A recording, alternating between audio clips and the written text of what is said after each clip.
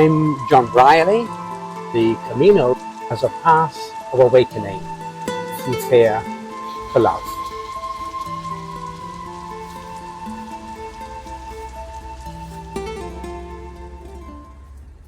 So, John, as we begin to wake up, as you call it, right, we're awakening.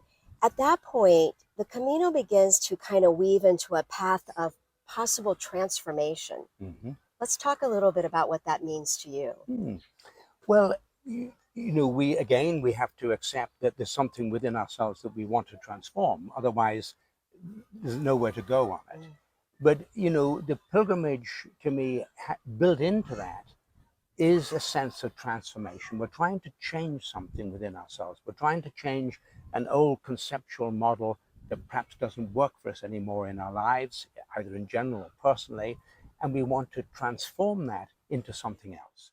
So again, the Caminos give us that vehicle, that time away out of the familiar in order to bring the transformation process into being. We can find ourselves walking partly letting go our old identity, but we're also walking with people who, in a sense, we have no identity for us. There's no history. We're walking with strangers who then become, of course, not only we're leaving behind the strangers, they become family, but we're walking with like-minded people, because along the Camino, people are walking it as a pilgrimage, everybody is on some journey, some seeking, some journey of change. Yes. And so therefore when we sit in a cafe, when we come together as our little Camino family, the discussion is all about those deep issues.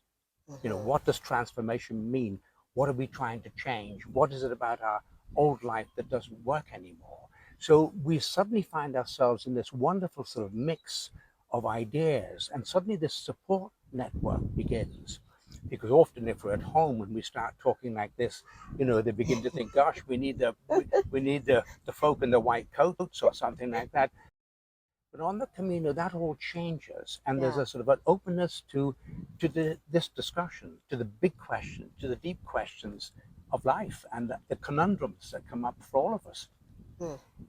Yeah, and you've talked about the gift of being heard, but also the responsibility as a pilgrim as being a listener.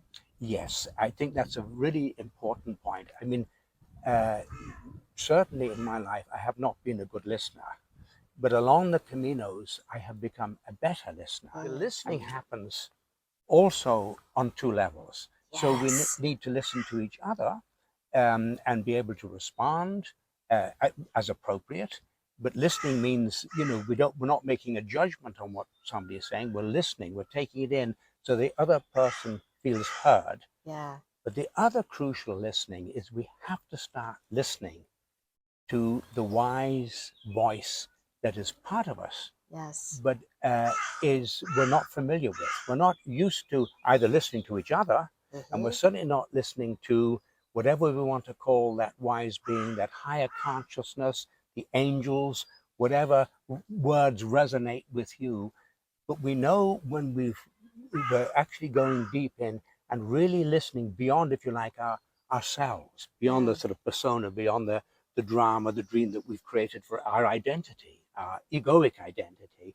And we're now listening to a deeper place. And that's crucial also on the pilgrimage. We have to start listening to our heart, however we want to describe it. But we know when we're listening at that deep level. The listening happens on two levels, just as the pilgrimage happens on two paths. There's the outer path, the physical path, and there's the inner path. Both needs to be there.